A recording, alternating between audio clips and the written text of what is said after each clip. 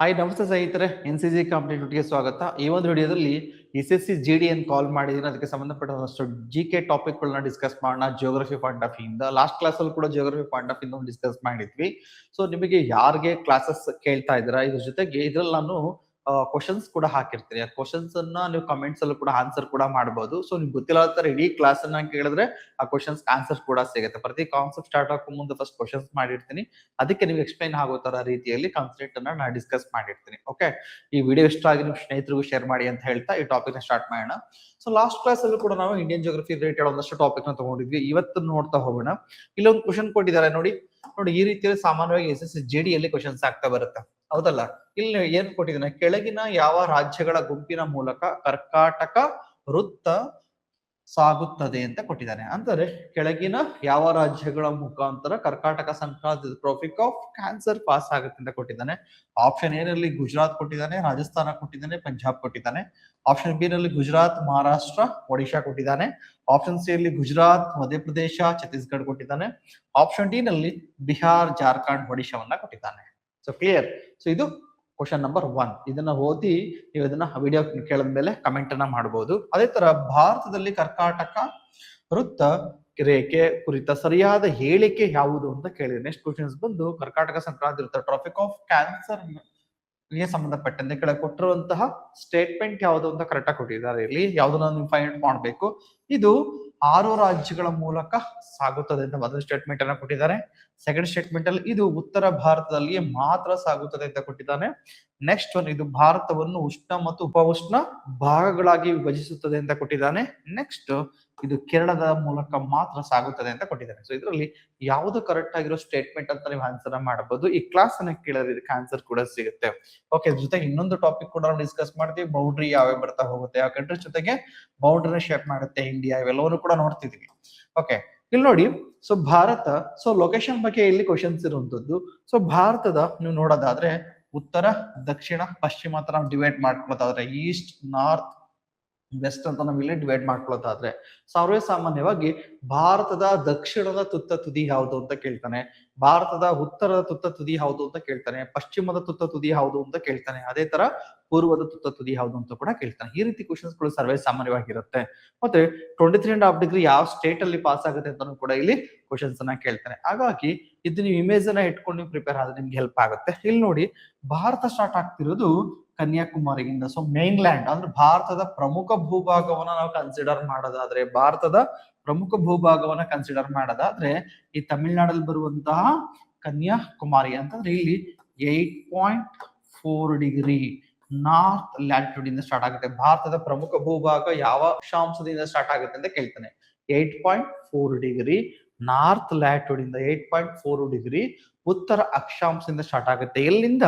ಕನ್ಯಾಕುಮಾರಿ. ಇದನ್ನ direct exam questions ಕೇಳ್ತಾನೆ. ಕನ್ಯಾಕುಮಾರಿ ಯಾವ ಸ್ಟೇಟ್ ಅಲ್ಲಿ? ತಮಿಳುನಾಡಲ್ಲಿ ಇದೆ. ಎಷ್ಟನೇ ಅಕ್ಷಾಂಶ ರೇಖೆಯಲ್ಲಿ ಪಾಸ್ ಆಗುತ್ತೆ? 8.4 ಡಿಗ್ರಿಯಿಂದ ಸ್ಟಾರ್ಟ್ ಆಗುತ್ತೆ. ಭಾರತದ ಪ್ರಮುಖ ಭೂಖಂಡ ಅಥವಾ ಮೈನ್ ನಿಮಗೆ ಲ್ಯಾಂಡ್ ಮಾಸ್ ಏನಿದೆ ಇಂಡಿಯಾದ ಅದು. ಅದೇ ತರ ಇನ್ಕ್ಲೂಡಿಂಗ್ ಹೈಲ್ಯಾಂಡ್, ಯಾವ್ದನ್ನ ದ್ವೀಪಗಳು ಒಳಗೊಂಡಂತೆ ಭಾರತ ಸ್ಟಾರ್ಟ್ ಆಗ್ತಿರೋದು ಎಲ್ಲಿಂದ? ಸೌತ್ ಅಲ್ಲಿ ಅಂತ ಹೇಳಿದ್ರೆ ಅಂಡಮಾನ್ ಮತ್ತೆ ನಿಕೋಬಾರ್ ಹೈಲ್ಯಾಂಡ್. ಆ ನಿಕೋಬಾರ್ ಹೈಲ್ಯಾಂಡ್ ಅಲ್ಲಿ ಒಂದು ಗ್ರೇಟ್ ನಿಕೋಬಾರ್ ಹೈಲ್ಯಾಂಡ್ ಅಂತ ಬರುತ್ತೆ. ಯಾವುದು?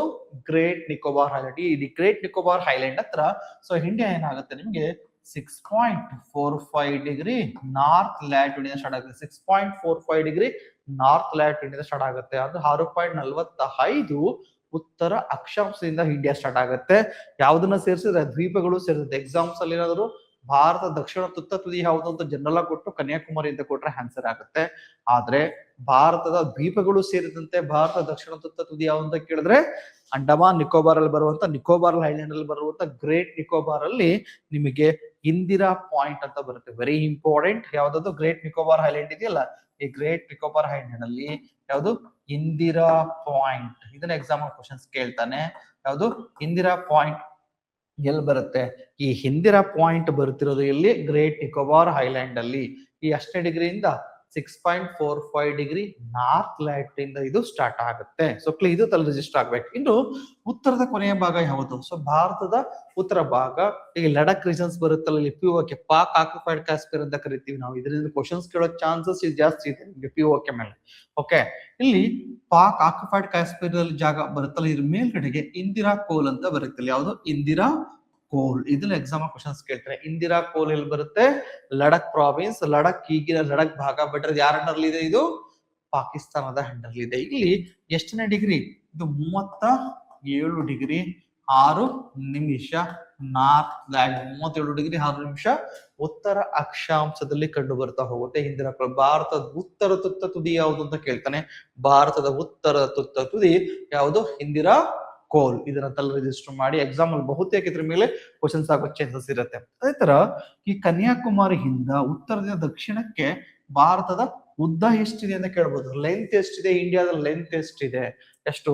3214 ಕಿಲೋಮೀಟರ್ ಅಷ್ಟು ದೂರವನ್ನ ಭಾರತ ಉತ್ತರದಿಂದ ದಕ್ಷಿಣವಾಗಿ ಹೊಂದಿದೆ. 3214 ಕಿಲೋಮೀಟರ್ ಅಷ್ಟು ಉದ್ದವನ್ನು ಹೊಂದಿದೆ. ಅದೇ ತರ ಭಾರತದ ಪಶ್ಚಿಮ ತುತ್ತ ತುದಿ ಯಾವುದು?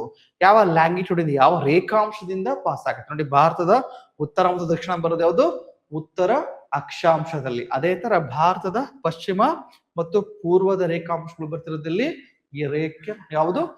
ಪೂರ್ವ ರೇಖಾಂಶಗಳಲ್ಲಿ. ಸೊ ಭಾರತ ಬರ್ತಿರೋದು ಪೂರ್ವ ರೇಖಾಂಶಗಳ ರಾಷ್ಟ್ರ ಅಂತಂದ್ರೆ ಭಾರತ ಇಲ್ಲಿಂದ ಸ್ಟಾರ್ಟ್ ಆಗ್ತಿದೆ 68 ಡಿಗ್ರಿ 7 ನಿಮಿಷ ಪೂರ್ವ ರೇಖಾಂಶ, ಈಸ್ಟ್ ಲ್ಯಾಂಗಿಟ್ಯೂಡ್ ಇಂದ ಸ್ಟಾರ್ಟ್ ಆಗ್ತಿದೆ. ಇದನ್ನ ನಾವು ಗುಹರ್ ಮೋತಿ ಅಂತ ಕರಿತಾ ಹೋಗ್ತೀವಿ. ಎಕ್ಸಾಂಪಲ್ ಕೂಡ ಕೇಳ್ಬೋದು. ಇದನ್ನ ನಿಮಗೆ ಯಾವ್ದು ಪ್ಲೇಸ್ ಇಂದ? ಗುಹರ್ ಮೋತಿ. ಸೊ ಗುಜರಾತ್ ಅಲ್ಲಿ ಬರುತ್ತೆ ಗುಹರ್ ಮೋತಿಯಿಂದ. ಇಲ್ಲಿಂದ ಭಾರತದ ಪಶ್ಚಿಮದ ಭಾಗವಾಗಿರುತ್ತೆ. ಭಾರತದ ಪಶ್ಚಿಮ ತುತ್ತ ತುದಿ ಯಾವುದು ಅಂತಂದ್ರೆ ಗುಹರ್ ಮೋತಿ. ಎಷ್ಟು ಲ್ಯಾಂಗಿಟ್ಯೂಡ್ ಪಾಸ್ ಆಗುತ್ತೆ ಇಲ್ಲಿ? 68 ಡಿಗ್ರಿ 7 ಮಿನಿಟ್ಸ್ ಈಸ್ಟ್ ಲ್ಯಾಂಗಿಟ್ಯೂಡ್ ಇಲ್ಲಿ ಪಾಸ್ ಆಗುತ್ತೆ. ಅದೇ ತರ ಭಾರತದ ಪೂರ್ವದ ತುತ್ತ ತುದಿ ಯಾವುದು ಅಂತ ಕೇಳ್ತಾನೆ. ಕಿಬಿತ್ತು. ಇದನ್ನ ಎಕ್ಸಾಮ್ ಅಲ್ಲಿ ಕೇಳ್ಬೋದು. ಯಾವುದು? ಕಿಬಿತ್ತು. ಸೊ ಇದು ಯಾವ ಡಿಗ್ರಿ ಪಾಸ್ ಆಗುತ್ತೆ? ಇಲ್ಲಿ 97 degree 97 degree 25 minutes East longitude ಇಲ್ಲಿ ಪಾಸ್ ಆಗುತ್ತೆ ನೋಡಿ. ಭಾರತದ ಪೂರ್ವದ ಕೊನೆಯ ಭಾಗ ಅಂದ್ರೆ ಯಾವುದು? ಕಿಬಿತ್ತು. ಪಶ್ಚಿಮದ ಕೊನೆಯ ಭಾಗ ಅಂದ್ರೆ ಯಾವುದು? ಗುಹರ್ ಮೋತಿ. ಹಾಗಾಗಿ ಭಾರತದ ಪಶ್ಚಿಮದಿಂದ ಪೂರ್ವಕ್ಕೆ ಎಷ್ಟು ಕಿಲೋಮೀಟರ್ ಲೆಂತ್ ಇದೆ ಇಲ್ಲಿಂದ ಇಲ್ಲಿಗೆ ಅಂತ ಕೇಳೋದಾದ್ರೆ ಇಲ್ಲಿ ಕಿಬಿತ್ತು ಇಂದ ಗುಹರ್ ಮೋತಿವರೆಗೆ 2333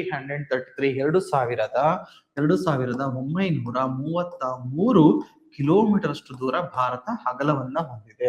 ಉದ್ದ ಎಷ್ಟು ಅಂತ ಗೊತ್ತಾಯ್ತು, ಅಗಲ ಎಷ್ಟು ಅಂತ ನಮ್ಗೆ ಗೊತ್ತಾಯ್ತು. ಪಶ್ಚಿಮದ ಕೊನೆಯ ಭಾಗ ಯಾವುದು, ಪೂರ್ವದ ಕೊನೆಯ ಭಾಗ ಯಾವುದು, ಉತ್ತರದ ಕೊನೆಯ ಭಾಗ ಯಾವುದು, ದಕ್ಷಿಣದ ಕೊನೆಯ ಭಾಗ ಅಂತ ಕೂಡ ಹೇಳಿದೀವಿ. ಇದನ್ನ ಡೈರೆಕ್ಟ್ ಆಗಿ ಎಕ್ಸಾಮ್ ಅಲ್ಲಿ ಕ್ವಶನ್ಸ್ ಆಗುತ್ತೆ. ಅದೇ ತರ ಭಾರತದಲ್ಲಿ ಮತ್ತೆ ನೀವೆಲ್ಲ ಕ್ವಶನ್ಸ್ ಕೇಳಿದ್ದಾರೆ. ಏನಂತ ಕೇಳಿದ್ದಾರೆ?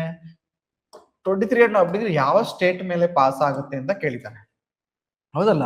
ಇಲ್ಲಿ ನೋಡಿ, ಯಾವ ಯಾವ ರಾಜ್ಯಗಳ ಮೇಲೆ 23.5 ಡಿಗ್ರಿ ಹಾದು ಹೋಗುತ್ತದೆ ಅಂತ.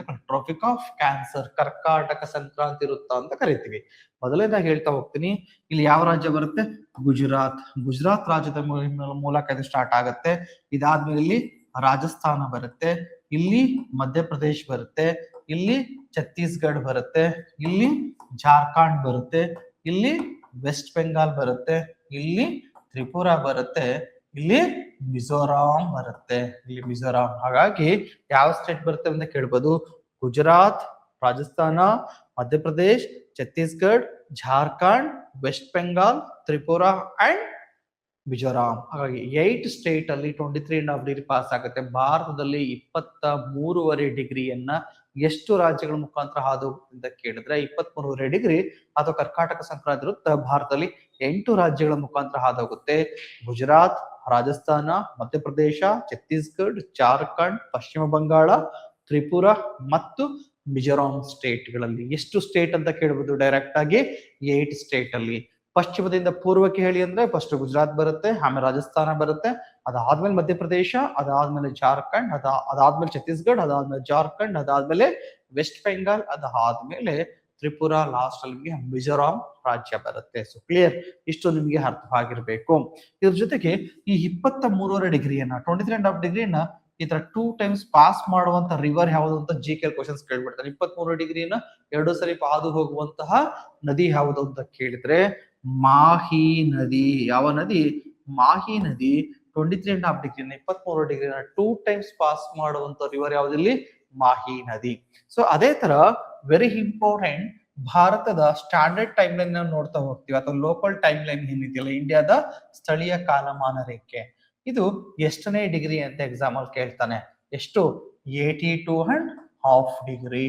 82.5 ಡಿಗ್ರಿ ಈಸ್ಟ್ ಲ್ಯಾಂಗಿಟ್ಯೂಡ್. ಯಾವಾಗ ಈ 82.5 ಡಿಗ್ರಿಯ ಮೇಲೆ ಸೂರ್ಯನ ನೇರ ಕಿರಣಗಳು ಬೀಳ್ತಾ ಇದ್ರೆ, 8.5 ಡಿಗ್ರಿ ಮೇಲೆ ಸನ್ ರೈಸ್ ಡೈರೆಕ್ಟ್ ಆಗಿ ಬೀಳ್ತಾ ಇದ್ರೆ, ಸೂರ್ಯನ ಕಿರಣಗಳು ಡೈರೆಕ್ಟ್ ಆಗಿ ಬೀಳ್ತಿದ್ರೆ ನಮ್ಮ ವಾಚ್ ಅಲ್ಲಿ ಮಧ್ಯಾಹ್ನ 12 ಗಂಟೆ ಆಗಿರುತ್ತೆ. ಸೊ ಅಂದ್ರೆ ನಮಗೆ 12 ಗಂಟೆ ಆಗ್ಬೇಕು ಅಂತಂದ್ರೆ ನಮ್ಮ ವಾಚ್ ಅಲ್ಲಿ, ಭಾರತದ ಪ್ರತಿಯೊಬ್ಬರ ವಾಚ್ ಅಲ್ಲಿ 12 ಗಂಟೆ ಆಗ್ಬೇಕು ಅಂದ್ರೆ ಸೂರ್ಯನ ಕಿರಣಗಳು ಎಲ್ಲಿ ಬೀಳ್ತಾ ಇರ್ತವೆ?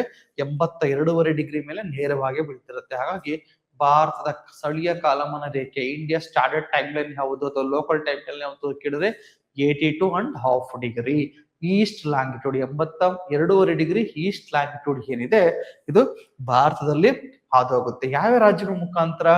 ಇಲ್ಲಿ ಉತ್ತರ ಪ್ರದೇಶ ಬರುತ್ತೆ, ಇಲ್ಲಿ ಮಧ್ಯಪ್ರದೇಶ ಬರುತ್ತೆ, ಇಲ್ಲಿ ಛತ್ತೀಸ್ಗಢ ಬರುತ್ತೆ, ಇಲ್ಲಿ ಒಡಿಶಾ ಬರುತ್ತೆ, ಇಲ್ಲಿ ಆಂಧ್ರ ಪ್ರದೇಶ ಬರುತ್ತೆ. ಹೀಗಾಗಿ 5 ರಾಜ್ಯಗಳ ಮುಖಾಂತರ ಹಾದು ಹೋಗುತ್ತೆ. ಈ 5 ರಾಜ್ಯಗಳು, ಪಂಚ ರಾಜ್ಯಗಳು ಯಾವ್ದು ಅಂದ್ರೆ ಉತ್ತರ ಪ್ರದೇಶ, ಮಧ್ಯಪ್ರದೇಶ, ಛತ್ತೀಸ್ಗಢ, ಒಡಿಶಾ ಮತ್ತು ಆಂಧ್ರ ಪ್ರದೇಶ.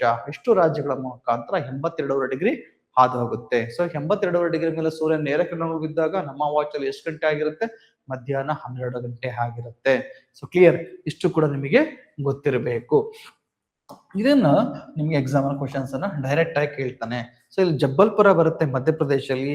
ಈ ಮಧ್ಯಪ್ರದೇಶದಲ್ಲಿ ಬರುವಂತಹ ಜಬ್ಬಲ್ಪುರವನ್ನ ನಾವು ಜಿಯೋಗ್ರಫಿಕಲ್ ಸೆಂಟರ್ ಆಫ್ ಇಂಡಿಯಾ, ಭಾರತದ ಭೌಗೋಳಿಕ ಕೇಂದ್ರ ಸ್ಥಾನ ಅಂತ ನಾವು ಯಾವ ಸ್ಥಳವನ್ನ ಕರಿತೀವಿ ಅಂತ ಹೇಳಿದ್ರೆ ಜಬ್ಬಲ್ಪುರ. ಜಬ್ಬಲ್ಪುರ ಬರ್ತದಲ್ಲಿ ಮಧ್ಯ ಪ್ರದೇಶ. ಇದನ್ನ ಡೈರೆಕ್ಟ್ ಆಗಿ ನಿಮ್ಗೆ ಸಾಮಾನ್ಯವಾಗಿ ಕ್ವಶನ್ಸ್ ಆಗುವಂತದ್ದು ಇರ್ತಾ ಹೋಗುತ್ತೆ. ನೋಡಿ, ಅಕ್ಷಾಂಶ ರೇಖಾಂಶಗಳು ಬಂದಾಗ so Bharat 88.4 degree north latitude ಇಂದ ಅಥವಾ 6.45 ಡಿಗ್ರಿ ಉತ್ತರ ಅಕ್ಷಾಂಶದಿಂದ 37.6 ಡಿಗ್ರಿ ಉತ್ತರ ಅಕ್ಷಾಂಶದವರೆಗೆ ಇರುತ್ತೆ.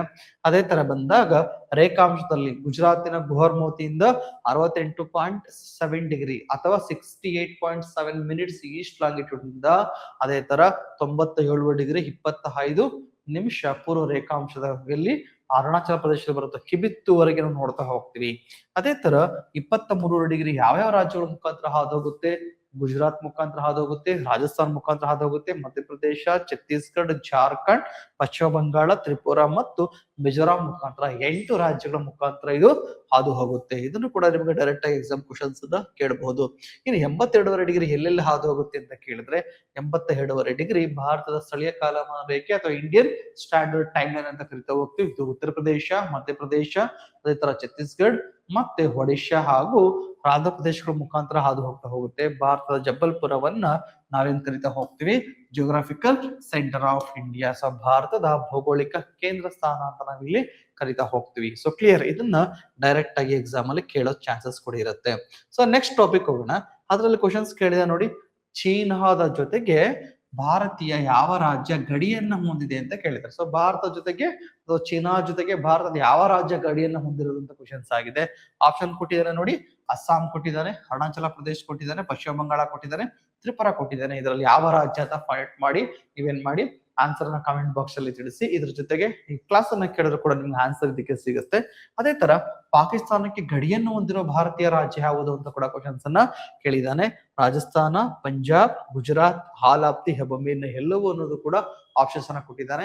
ಇಲ್ಲಿ ಸರಿಯಾದ ಉತ್ತರವನ್ನ ಕಮೆಂಟ್ ಬಾಕ್ಸ್ ಅಲ್ಲಿ ತಿಳಿಸಿ. ಮತ್ತೆ ಈ ವಿಷಯನ ಡಿಸ್ಕಸ್ ಮಾಡ್ತಾ ಹೋಗೋಣ. ನಿಮ್ಗೆ ಎಕ್ಸಾಮ್ ಅಲ್ಲಿ ಬರುವಂತದ್ದು ಇವೆಲ್ಲನೂ ಕೂಡ ಸಾಮಾನ್ಯವಾಗಿ ನೋಡಿ, ಭಾರತದ ನೆರೆಹೊರೆಯ ರಾಜ್ಯಗಳು ಯಾವುದು? ಸೊ ಭಾರತದ ನೆರೆಹೊರೆಯಗಳು ರಾಷ್ಟ್ರಗಳು ಯಾವ್ಯಾವ್ದು ಅಂತ ನೋಡ್ತಾ ಹೋಗೋಣ. ಮೊದಲನೇದಾಗಿ ಪಾಕಿಸ್ತಾನ. ನೋಡಿ, ಇಲ್ಲಿ ಯಾವ್ದು ಬರ್ತಾ ಹೋಗುತ್ತೆ? ಪಾಕಿಸ್ತಾನ. ಪಾಕಿಸ್ತಾನ ಭಾರತದ ಯಾವ ಯಾವ ರಾಜ್ಯಗಳ ಜೊತೆಗೆ ಗಡಿಯನ್ನ ಹೊಂದಿದೆ ಅಂತ ನೋಡೋದಾದ್ರೆ ನೋಡಿ, ಇಲ್ಲಿ ಭಾರತ ಗಡಿಯನ್ನ ಹೊಂದಿರುವಂತದ್ದು ಮೊದಲನೇದಾಗಿ ಯಾವುದು? ಪಾಕಿಸ್ತಾನದಲ್ಲಿ ಗುಜರಾತ್ ಪಾಕಿಸ್ತಾನ ಜೊತೆ ಗಡಿಯನ್ನ ಹೊಂದಿದೆ. ನೀವೇನ್ ಮಾಡ್ಬೋದು? ಪಾಕಿಸ್ತಾನ ಅಂತ ಹಾಕೊಳ್ಳಿ, ಯಾವ ಸ್ಟೇಟ್ ಯಾವ ಜೊತೆ ಗಡಿಯನ್ನ ಹೊಂದಿದೆ ಅಂತ ಹೇಳ್ತಾ ಹೋಗ್ತೇನೆ. ಪಾಕಿಸ್ತಾನ ಗುಜರಾತ್ ಜೊತೆಗೆ ಗಡಿಯನ್ನ ಹೊಂದಿದೆ.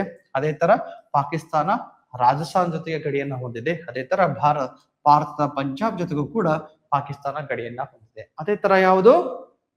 Jammu and Kashmir union territory. Jammu Kashmir ಯಾವುದು? Union territory. ಅದೇ ತರ ಯಾವುದು? ಲಡಾಖ್, ಅದು ಕೂಡ ಯಾವುದು? ಯಾವ್ದ್ರ ಜೊತೆ ಬೌಂಡ್ರಿ ಶೇರ್ ಮಾಡಿದೆ? ಪಾಕಿಸ್ತಾನ ಜೊತೆಗೆ ಇಲ್ಲಿ ಬೌಂಡ್ರಿನ ಶೇರ್ ಮಾಡಿದೆ. ಇನ್ನು ಈ POK ಮೇಲ್ಗಡೆ ಬರುತ್ತಲ್ಲ, ಈ ಭಾಗವನ್ನ ಯಾವ್ದ್ರ ಜೊತೆಗೆ? ಅಫ್ಘಾನಿಸ್ತಾನ ಜೊತೆಗೂ ಕೂಡ ಭಾರತ ಬೌಂಡ್ರಿನ ಶೇರ್ ಮಾಡುತ್ತೆ. ಎಷ್ಟೇ ಯಾವುದು ಭಾರತದ ಯಾವ ರಾಜ್ಯ ಅಥವಾ ಯಾವ ಕೇಂದ್ರಾಡಳಿತ ಪ್ರದೇಶ ಅಫ್ಘಾನಿಸ್ತಾನ ಜೊತೆಗೆ ಬೌಂಡ್ರಿ ಶೇರ್ ಮಾಡುತ್ತೆ ಅಂತ ಹೇಳಿದ್ರೆ ಲಡಾಖ್. ಬಟ್ ಆದ್ರೆ ಇದು ಯಾರ ಕಂಟ್ರೋಲ್ ಇಲ್ಲ, ಇಂಡಿಯಾದ ಕಂಟ್ರೋಲ್ ಇಲ್ಲ, ಪಾಕಿಸ್ತಾನದ ಕಂಟ್ರೋಲ್ ಇರೋದು. ಯಾಕಂದ್ರೆ ಇಷ್ಟು ಭಾಗವನ್ನ ಪಾಕಿಸ್ತಾನ ಆಕ್ಯುಪೈ ಮಾಡ್ಕೊಂಡಿದ್ದನ್ನು POK ಅಂತ ನಾವು ಇಲ್ಲಿ ಕರಿತಾ ಹೋಗ್ತೀವಿ. ಸೊ ಪಾಕಿಸ್ತಾನ್ ಆಕ್ಯುಪೈಡ್ ಕಾಶ್ಮೀರ್ ಅಂತ ಅಥವಾ ಆಜಾದ್ ಕಾಶ್ಮೀರ್ ಅಂತ ನಾವು ಇದನ್ನ ಕರಿತೀವಿ. ಓಕೆ, ಹಾಗೆ ಪಾಕಿಸ್ತಾನ ಜೊತೆಗೆ ಬೌಂಡ್ರಿ ಶೇರ್ ಮಾಡ್ತಿರೋದು ಯಾವುದು? ಗುಜರಾತ್, ರಾಜಸ್ಥಾನ, ಪಂಜಾಬ್, ಜಮ್ಮು ಕಾಶ್ಮೀರ ಮತ್ತು ಲಡಾಖ್. ಆದ್ರೆ ಅಫ್ಘಾನಿಸ್ತಾನ ಜೊತೆಗೆ ಈ ಭಾರತದ ಯಾವ ಕೇಂದ್ರಾಡಳಿತ ಪ್ರದೇಶ ಅಥವಾ ಯೂನಿಯನ್ ಟೆರಿಟರಿ ಬೌಂಡ್ರಿ ಶೇರ್ ಮಾಡ್ತಿದೆ ಅಂತ ಕೇಳಿದ್ರೆ ಲಡಾಖ್. ಇನ್ನು ಚೀನಾ ಜೊತೆಗೆ ಯಾವ್ದು ಬೌಂಡ್ರಿ ಶೇರ್ ಮಾಡ್ತಿದೆ? ಇಲ್ಲಿ ಯಾವ್ದು? ಲಡಾಖ್ ಬರುತ್ತೆ. ಚೀನಾ ಜೊತೆಗೆ ಬೌಂಡ್ರಿನ ಶೇರ್ ಮಾಡ್ತಿರುವಂತ ಯೂನಿಯನ್ ಟೆರಿಟರಿ ಯಾವ್ದು ಕೇಳ್ತಾರೆ? ಲಡಾಖ್. ಲಡಾಖ್ ಆದ್ಮೇಲೆ ಯಾವ್ದು? ಹಿಮಾಚಲ ಪ್ರದೇಶ್. ಹಿಮಾಚಲ ಪ್ರದೇಶ ಆದ್ಮೇಲೆ ಯಾವ್ದು? ಉತ್ತರಾಖಂಡ್. ಲಡಾಖ್, ಹಿಮಾಚಲ ಪ್ರದೇಶ್, ಉತ್ತರಾಖಂಡ್ ಪ್ಲಸ್ ಇಲ್ಲಿ ಬಂತು ಅಂದ್ರೆ ಸಿಕ್ಕಿಂ ರಾಜ್ಯ. ಇಲ್ಲಿ ಇದಾದ್ಮೇಲೆ ಅರುಣಾಚಲ ಪ್ರದೇಶ. ಆ ಕ್ವಶನ್ಸ್ ಗಳಿಗೆ ನೀವು ಇದ್ರಲ್ಲಿ ನೋಡ್ಕೊಂಡು ಆನ್ಸರ್ ಮಾಡಬಹುದು, ಹೌದಲ್ಲ? ಈ ಅರುಣಾಚಲ ಪ್ರದೇಶ, ಸಿಕ್ಕಿಂ, ಉತ್ತರಾಖಂಡ್, ಹಿಮಾಚಲ ಪ್ರದೇಶ್ ಮತ್ತು ಲಡಾಖ್ ಪ್ರಾವಿನ್ಸ್ ಅಥವಾ ಲಡಾಖ್ ಯೂನಿಯನ್ ಟೆರಿಟರಿ ಯಾರ ಜೊತೆ ಬೌಂಡ್ರಿನ ಶೇರ್ ಮಾಡ್ತಿದೆ? ಚೀನಾ ಜೊತೆಗೆ ಬೌಂಡ್ರಿ ಅಥವಾ ಗಡಿಯನ್ನ ಹೊಂದಿದೆ. ಅದೇ ತರ ನೇಪಾಳ ಜೊತೆಗೆ ಗಡಿಯನ್ನು ಹೊಂದಿರುವಂತದ್ದು ಯಾವ್ಯಾವುದು? ನೇಪಾಳ ಜೊತೆಗೆ ಉತ್ತರಾಖಂಡ್ ರಾಜ್ಯ ಬೌಂಡ್ರಿ ಶೇರ್ ಮಾಡ್ತಿದೆ, ಉತ್ತರ ಪ್ರದೇಶ ರಾಜ್ಯ ಬೌಂಡ್ರಿ ಶೇರ್ ಮಾಡ್ತಿದೆ, ಬಿಹಾರ ರಾಜ್ಯ ಬೌಂಡ್ರಿನ ಶೇರ್ ಮಾಡ್ತಿದೆ. ಅದೇ ಭಾಗದ ನೋಡಿ ತುಂಬಾ ಸಣ್ಣದಾಗಿ ಈ ಭಾಗದಲ್ಲಿ ಪಶ್ಚಿಮ ಬಂಗಾಳ ನೋಡಿ, ನೀವು ಯೋಚನೆ ಕೂಡ ಮಾಡಿರೋದಿಲ್ಲ, ಪಶ್ಚಿಮ ಬಂಗಾಳನು ಕೂಡ ನೇಪಾಳ ಜೊತೆಗೆ ಗಡಿಯನ್ನ ಹೊಂದಿದೆ. ಅದೇ ತರ ಸಿಕ್ಕಿಂ ರಾಜ್ಯನು ಕೂಡ ಬೌಂಡ್ರಿನ ಹೊಂದಿದೆ. ನೇಪಾಳ ಜೊತೆಗೆ ಬೌಂಡ್ರಿನ ಹೊಂದಿರೋದು ಯಾವುದು? ಉತ್ತರಾಖಂಡ್, ಉತ್ತರ ಪ್ರದೇಶ್, ಬಿಹಾರ್, ಪಶ್ಚಿಮ ಬಂಗಾಳ ಅಥವಾ ವೆಸ್ಟ್ ಬೆಂಗಾಲ್, ಸಿಕ್ಕಿಂ ರಾಜ್ಯಗಳು ನೇಪಾಳ ಜೊತೆಗೆ ಬೌಂಡ್ರಿಯನ್ನು ಹೊಂದಿರುವಂತಹ ಭಾರತದ ರಾಜ್ಯಗಳು. ಅದೇ ತರ ಭೂತಾನ್ ಜೊತೆಗೆ ಯಾವ್ದು ಭಾರತ ರಾಜ್ಯಗಳು ಬೌಂಡ್ರಿ ಶೇರ್ ಮಾಡಿವೆ? ಒಂದು ಸಿಕ್ಕಿಂ ಮಾಡಿದೆ, ಒಂದು ಪಶ್ಚಿಮ ಬಂಗಾಳ, ಸಿಕ್ಕಿಂ, ಪಶ್ಚಿಮ ಬಂಗಾಳ. ಅದೇ ತರ ಇಲ್ಲಿ ಅಸ್ಸಾಂ ಮತ್ತೆ ಯಾವುದು? ಅರುಣಾಚಲ ಪ್ರದೇಶ ರಾಜ್ಯಗಳು ಯಾವ ಜೊತೆಗೆ? ಭೂತಾನ್ ಜೊತೆಗೆ ಗಡಿಯನ್ನ ಹೊಂದಿವೆ.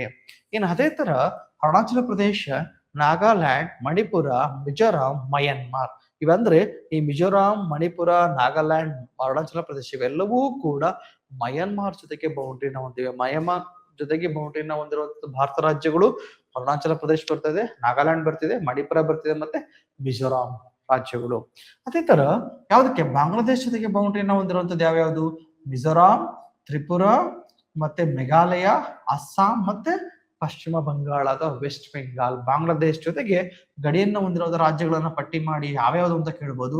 ಒಂದು ಪಶ್ಚಿಮ ಬಂಗಾಳ, ಇನ್ನೊಂದು ಅಸ್ಸಾಂ, ಇನ್ನೊಂದು ಮೇಘಾಲಯ, ಇನ್ನೊಂದು ತ್ರಿಪುರಾ, ಇನ್ನೊಂದು ಯಾವುದು?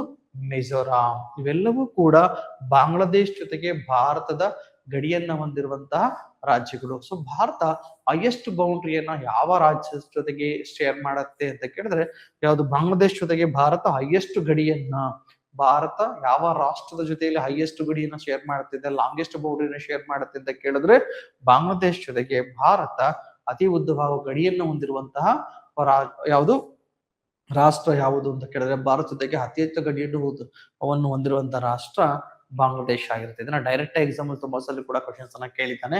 ನೀವು ಇದನ್ನ ನೆನಪಲ್ಲಿ ಇಟ್ಕೋಬೇಕಾಗುತ್ತೆ. ನಿಮಗೆ ಯಾವ್ಯಾವ ರಾಜ್ಯಗಳ ಜೊತೆಗೆ ಏನು ಇದು ಹೇಳಿದ್ದೀನಿ, ಇದನ್ನ ನೀವು ಇಟ್ಕೊಂಡು ಆನ್ಸರ್ ನೀವು ಇಲ್ಲಿ ಮಾಡಬಹುದು. ಇದೇ ತರ ಗಡಿ ಭಾಗಗಳು ಕೂಡ ಬರ್ತವೆ. ನೀವೊಂದು ಚಾರ್ಟ್ ಅನ್ನ ಹಾಕೊಟ್ರೆ ಹೆಲ್ಪ್ ಆಗುತ್ತೆ. ಒಂದ್ ಕಡೆಗೆ ರಾಷ್ಟ್ರ ಅಂತ ಹಾಕೊಳ್ಳಿ, ರಾಷ್ಟ್ರದ ಕ್ಯಾಪಿಟಲ್ ಹಾಕೊಳ್ಳಿ, ಭಾರತದ ಜೊತೆಗೆ ಆ ಒಂದು ರಾಷ್ಟ್ರಗಳು ಎಷ್ಟು ಕಿಲೋಮೀಟರ್ ಗಡಿಯನ್ನ ಹೊಂದಿವೆ ಅಂತ ಹೇಳ್ತೀನಿ, ಅದನ್ನ ಬರ್ಕೊಳ್ಳಿ. ಆ ಗಡಿಗೆ ಇರುವಂತ ನೇಮ್ಗಳು ಕೂಡ ಹೇಳ್ತೀನಿ, ನೋಟ್ ಮಾಡ್ಕೊಳ್ಳಿ. So clear? ಇಲ್ಲಿ ನೋಡಿ, ಮೊದಲನೇದಾಗಿ ಬಾಂಗ್ಲಾದೇಶ. ಭಾರತ ಜೊತೆಗೆ ಅತ್ಯಂತ ಉದ್ದವಾಗಿರುವಂತಹ ಗಡಿಯನ್ನು ಹೊಂದಿರುವಂತಹ ರಾಷ್ಟ್ರ ಯಾವ್ದು ಅಂತ ಕೇಳಿದ್ರೆ ಬಾಂಗ್ಲಾದೇಶ. ಬಾಂಗ್ಲಾದೇಶ ಕ್ಯಾಪಿಟಲ್ ಯಾವುದು? ಢಾಕಾ. ಎಷ್ಟು ಕಿಲೋಮೀಟರ್ ಗಡಿಯನ್ನು ಹೊಂದಿದೆ? 4096.7 ಕಿಲೋಮೀಟರ್ ಅಷ್ಟು ದೂರ ಗಡಿಯನ್ನ ಭಾರತ ಜೊತೆ ಹೊಂದಿದೆ. ಇದನ್ನ ಪೂರ್ಬಚಲ್ ಲೈನ್ ಅಂತ ಕರಿತಾ ಹೋಗ್ತೀವಿ. ಪೂರ್ಬಚಲ್ ಗಡಿ ರೇಖೆ, ಇದನ್ನ ಎಕ್ಸಾಂಪಲ್ ಡೈರೆಕ್ಟ್ ಕೂಡ ಕೇಳ್ಬೋದು. ಪೂರ್ಬಚಲ್ ಗಡಿ ರೇಖೆ ಅಂತ ಯಾವ ರಾಷ್ಟ್ರ ನಡುವೆ ಕರಿತಾ ಹೋಗ್ತೀವಿ? ಭಾರತ ಮತ್ತೆ ಬಾಂಗ್ಲಾದೇಶ ನಡುವೆ ಇರುವಂತಹ ಗಡಿಯನ್ನ ಪೂರ್ಬಚಲ್ ಗಡಿ ರೇಖೆ ಅಂತ ಕರಿತಾ ಹೋಗ್ತೀವಿ. So clear? ಅದೇ ತರ ಚೀನಾ. ಸೊ ಚೀನಾದ ಕ್ಯಾಪಿಟಲ್ ಯಾವುದು? ಬೀಜಿಂಗ್. ಸೊ ಎಷ್ಟು ಗಡಿನ ಹೊಂದಿದೆ? 3488 ಕಿಲೋಮೀಟರ್ ಅಷ್ಟು ದೂರ ಗಡಿಯನ್ನ ಹೊಂದಿರುವಂತದ್ದು. ಇದು ಭಾರತ ಮತ್ತು ಚೀನಾದ ನಡುವೆ ಇರುವಂತಹ ಗಡಿ ರೇಖೆಗೆ ಮೆಕ್ಮೋಹನ್ ಲೈನ್ ಅಂತ ನಾವು ಇಲ್ಲಿ ಕರಿತಾ ಹೋಗ್ತೀವಿ. ಏನಂತ ಕರಿತಾ ಹೋಗ್ತೀವಿ? ಮೆಕ್ಮೋಹನ್ ಲೈನ್ ಅಂತ ಕರಿತಾ ಹೋಗ್ತೀವಿ. ಅದೇ ತರ ಪಾಕಿಸ್ತಾನ. ಪಾಕಿಸ್ತಾನದ ಗಡಿಯನ್ನ ನಾವು ಪಾಕಿಸ್ತಾನದಕ್ಕೆ ಇರೋ ಕ್ಯಾಪಿಟಲ್ ಅಂತ ಕರಿತಾ ಹೋಗ್ತೀವಿ ಇಸ್ಲಾಮಾಬಾದ್. ಹಾಗಿದ್ರೆ ಎಷ್ಟು ಗಡಿಯನ್ನ ಹೊಂದಿದೆ? 3323 ಕಿಲೋಮೀಟರ್, 3323 ಕಿಲೋಮೀಟರ್ ಅಷ್ಟು ಗಡಿಯನ್ನು ಹೊಂದಿರುವಂತದ್ದು ಪಾಕಿಸ್ತಾನ ಭಾರತ ಜೊತೆಗೆ. ಇದನ್ನ ರಾಡ್ ಕ್ಲಿಫ್ ಲೈನ್ ಅಂತ ನಾವಿಲ್ಲಿ ಕರಿತಾ ಹೋಗ್ತೀವಿ. ಏನಂತ ಕರಿತಾ ಹೋಗ್ತೀವಿ? ರಾಡ್ಕ್ಲಿಫ್ ಲೈನ್ ಅಂತ ಕರಿತಾ ಹೋಗ್ತೀವಿ. ಸೊ ಭಾರತ ಮತ್ತು ಪಾಕಿಸ್ತಾನವನ್ನು ವಿಭಜನೆ ಮಾಡುವಂತ ಗಡಿ ರೇಖೆಗೆ ಏನಂತ ಕರೀತಾರೆ ಅಂತ ಕ್ವಶನ್ಸ್ ಆಗುತ್ತೆ. ಅದೇ ತರ ನೇಪಾಳದ ಕ್ಯಾಪಿಟಲ್ ಅಥವಾ ಅಲ್ಲಿರುವ ಅದರ ರಾಜಧಾನಿ ಯಾವ್ದು ಕೇಳಿದ್ರೆ ಕಠ್ಮಂಡು. ಇದು 1751 ಕಿಲೋಮೀಟರ್ ಅಷ್ಟು ದೂರ ಗಡಿಯನ್ನ ಹೊಂದಿದೆ. ಇದನ್ನ ರಾಡೋಲಿಫ್ ಲೈನ್ ಅಂತ ಕರಿತಾ ಹೋಗ್ತೀವಿ. ಏನಂತ ಕರಿತಾ ಹೋಗ್ತೀವಿ? ರಾಡೋಲಿಫ್ ಲೈನ್ ಅಂತ ಕರಿತಾ ಹೋಗ್ತೀವಿ. ಇನ್ನು ಅದೇ ತರ ಮಯನ್ಮಾರ್ ಕಂಟ್ರಿ. ಸೊ ಮಯನ್ಮಾರ್ ಕಂಟ್ರಿಯ ಕ್ಯಾಪಿಟಲ್ ಯಾವುದು? ನೆಪಿಟಾವ್. ಮಯನ್ಮಾರ್ ಕಂಟ್ರಿಯ ಕ್ಯಾಪಿಟಲ್ ಯಾವುದು? ನಿಮ್ಗೆ ಸೈರೆಕ್ಟ್ ಸಿಂಗಲ್ ವರ್ಡ್ಸ್ ಕ್ವಶನ್ಸ್ ಕೇಳೋದ್ರಿಂದ ತುಂಬಾ ಈಸಿಯಾಗಿ ಆನ್ಸರ್ ಮಾಡಬಹುದು ಎಕ್ಸಾಮ್ ಅಲ್ಲಿ SSC ಅಲ್ಲಿ. ಓಕೆ, 1643 ಕಿಲೋಮೀಟರ್ ಅಷ್ಟು ಗಡಿಯನ್ನ ಹೊಂದಿರುತ್ತೆ. ಇದನ್ನ ಹಿಂಡೋ ಬರ್ಮಾ ಲೈನ್ ಅಂತ ಕರಿತೇವೆ. ಭಾರತ ಮತ್ತು ಮಯನ್ಮಾರ್ ನಡುವಿನ ಗಡಿ ರೇಖೆಗೆ ಅಂತ ಕರಿತೀವಿ ಹಿಂಡೋ ಬರ್ಮಾ ಲೈನ್ ಅಂತ ಕರಿತೀವಿ. ಅದೇ ತರ ಭೂತಾನ್ ಕ್ಯಾಪಿಟಲ್ ಯಾವುದು? ಥಿಂಪು. ಎಷ್ಟು ಕಿಲೋಮೀಟರ್ ಇದೆ? 699 ಕಿಲೋಮೀಟರ್ ಅಷ್ಟು ದೂರ ಇದೆ. ಇದನ್ನ ಹಿಂಡೋ ಭೂತಾನ್ ಲೈನ್ ಅಂತ ಕರಿತೇವೆ. ಭಾರತ ಮತ್ತು ಭೂತಾನ್ ನಡುವಿನ ಗಡಿ ರೇಖೆಗೆ ಏನಂತ ಕರಿತೀವಿ ಅಂತ ಕೇಳಿದ್ರೆ ಹಿಂಡೋ ಭೂತಾನ್ ಲೈನ್ ಅಂತ ಕರಿತೀವಿ. ಅದೇ ತರ ಅಫ್ಘಾನಿಸ್ತಾನ ಕ್ಯಾಪಿಟಲ್ ಯಾವುದು? ಕಾಬೂಲ್. 106 ಕಿಲೋಮೀಟರ್ ಅಷ್ಟು ಗಡಿನ ಹೊಂದಿದೆ ಭಾರತ ಜೊತೆಗೆ ಲಡಕ್ ಹತ್ರ. ಸೊ ಇದನ್ನ ಡ್ಯುರಾಂಡ್ ಲೈನ್ ಅಂತ ಕರಿತೀವಿ. ಡ್ಯುರಾಂಡ್ ಲೈನ್ ಯಾವ್ದನ್ನ ಡಿವೈಡ್ ಮಾಡುತ್ತೆ? ಇಂಡಿಯಾ ಅಂಡ್ ಯಾವ್ದು? ಅಫ್ಘಾನಿಸ್ತಾನ. ಭಾರತ ಮತ್ತು ಅಫ್ಘಾನಿಸ್ತಾನ ನಡುವೆ ಇರುವಂತ ರೇಖೆಯನ್ನ ಡ್ಯುರಾಂಡ್ ಲೈನ್ ಅಂತ ಕರಿತಾ ಹೋಗ್ತೀವಿ. ಈ ತರ ವಾಟರ್ ಬೌಂಡ್ರಿ ಕೂಡ ಇದೆ ಕೆಳಗಡೆಗೆ ಭಾರತ ಮತ್ತು ಶ್ರೀಲಂಕಾದ ನಡುವೆ. ಭಾರತ ಮತ್ತು ಶ್ರೀಲಂಕಾದ ನಡುವೆ ಇರುವಂತ ಸ್ಟ್ರೈಟ್ ಗೆ ಅದು ಗಡಿರೇಖೆಗೆ ಫಾಕ್ಸ್ ಸ್ಟ್ರೈಟ್ ಅಂತ ಕರೀತಾ ಹೋಗ್ತೀವಿ. ಎಲ್ಲಿ ಬರ್ತಿದ್ದು? ಫಾಕ್ಸ್ ಸ್ಟ್ರೈಟ್ ಮನ್ನಾರ್ ಕಾರಿಯಲ್ಲಿ ಬರ್ತಾ ಹೋಗುತ್ತೆ. ಶ್ರೀಲಂಕಾ ಮತ್ತು ಭಾರತ ನಡುವೆ ಬರುತ್ತೆ fox straight line. Fox straight line ಯಾವ ರಾಷ್ಟ್ರವನ್ನು ವಿಭಜನೆ ಮಾಡುತ್ತೆ ಕೇಳಬಹುದು? ಭಾರತ ಮತ್ತೆ ಶ್ರೀಲಂಕಾವನ್ನ ವಿಭಜನೆ ಮಾಡ್ತಾ ಹೋಗುತ್ತೆ. ಶ್ರೀಲಂಕಾ ಕ್ಯಾಪಿಟಲ್ ಯಾವುದು? ಕೊಲಂಬೋ ಮತ್ತು ಶ್ರೀ ಜಯವರ್ಧನಪುರ ಕೋಟೆ ಇವೆರಡೂ ಕೂಡ ಇರುವಂತದ್ದು. ಇದೇ ತರ ಭಾರತ ಹಾಗೆ ಎಷ್ಟು ಗಡಿಯ ಉದ್ದವನ್ನ ಹೊಂದಿದೆ ಅಂತ ಹೇಳೋದಾದ್ರೆ ನೆರೆಯ ರಾಷ್ಟ್ರದ ಜೊತೆಗೆ ಭಾರತ ಲ್ಯಾಂಡ್ ಬೌಂಡ್ರಿನ ಹೊಂದಿರುವಂತದ್ದು 15,106.7 ಕಿಲೋಮೀಟರ್. 15,106 ಕಿಲೋಮೀಟರ್ ಅಷ್ಟು ದೂರ ಗಡಿಯನ್ನ ಭಾರತ ಬೇರೆ ರಾಷ್ಟ್ರಗಳ ಜೊತೆಗೆ ಹೊಂದಿರೋದನ್ನ ನಾವಿಲ್ಲಿ ನೋಡ್ತಾ ಹೋಗ್ತೀವಿ. ಸೊ ಇಷ್ಟು ಕೂಡ ಇವತ್ತಿನ ಟಾಪಿಕ್ ಆಗಿತ್ತು ಸ್ನೇಹಿತರೆ. ಸೊ ನಿಮ್ಗೆ ಇಷ್ಟ ಆಗಿತ್ತು ಅಂದ್ರೆ ವಿಡಿಯೋನ ನಿಮ್ಮ ಸ್ನೇಹಿತರಿಗೆ ಶೇರ್ ಮಾಡಿ. ಅದೇ ತರ SSC GD ಆಗ್ಬೋದು, SSC MTS ಆಗ್ಬೋದು, RRB ರಿಲೇಟೆಡ್ ಆಗ್ಬೋದು, ಬ್ಯಾಂಕಿಂಗ್ ರಿಲೇಟೆಡ್ ಆಗ್ಬೋದು, NCG ಅಲ್ಲಿ ಕೋರ್ಸ್ ಅನ್ನ ಸ್ಟಾರ್ಟ್ ಮಾಡಿದೀವಿ. ಯಾರಿಗೆ ಇಂಟ್ರೆಸ್ಟ್ ಇದೆಯೋ ಅವ್ರ ಇನ್ಸ್ಟಿಟ್ಯೂಟ್ ಅನ್ನ ಕಾಂಟ್ಯಾಕ್ಟ್ ಮಾಡಿ. ಒಂದು ಲೋ ಪ್ರೈಸ್ ಅಲ್ಲಿ ಕ್ಲಾಸಸ್ ಅನ್ನ ಮಾಡ್ತಿದೀವಿ. ನಿಮ್ಗೆ ಲೈವ್ ಕ್ಲಾಸಸ್ ಕೂಡ ಸಿಗುತ್ತೆ, ಅದೇ ತರ ರೆಕಾರ್ಡ್ ಕ್ಲಾಸಸ್ ಕೂಡ ಸಿಗುತ್ತೆ. ಇವನ್ ಮೆಟೀರಿಯಲ್ಸ್ ಬೇಕಿದ್ರು ಕೂಡ ಕಾಂಟ್ಯಾಕ್ಟ್ ಅನ್ನ ಮಾಡಬಹುದು. ಟೆಟ್ ಸೀರೀಸ್ ಬೇಕಿದ್ರು ಕೂಡ ಕಾಂಟ್ಯಾಕ್ಟ್ ಮಾಡಬಹುದು. ಸೊ NCG ಇನ್ಸ್ಟಿಟ್ಯೂಟ್ ಅನ್ನ ಕಾಂಟ್ಯಾಕ್ಟ್ ಮಾಡಿ ಏನೇ ಡೌಟ್ ಇದ್ರು ಅಂತ ಹೇಳ್ತಾ ಮುಂದಿನ ವಿಡಿಯೋದೊಂದಿಗೆ ನಾನು ಮತ್ತೆ ನಿಮ್ಮನ್ನ ಭೇಟಿ ಮಾಡ್ತೀನಿ. ನಮಸ್ಕಾರ.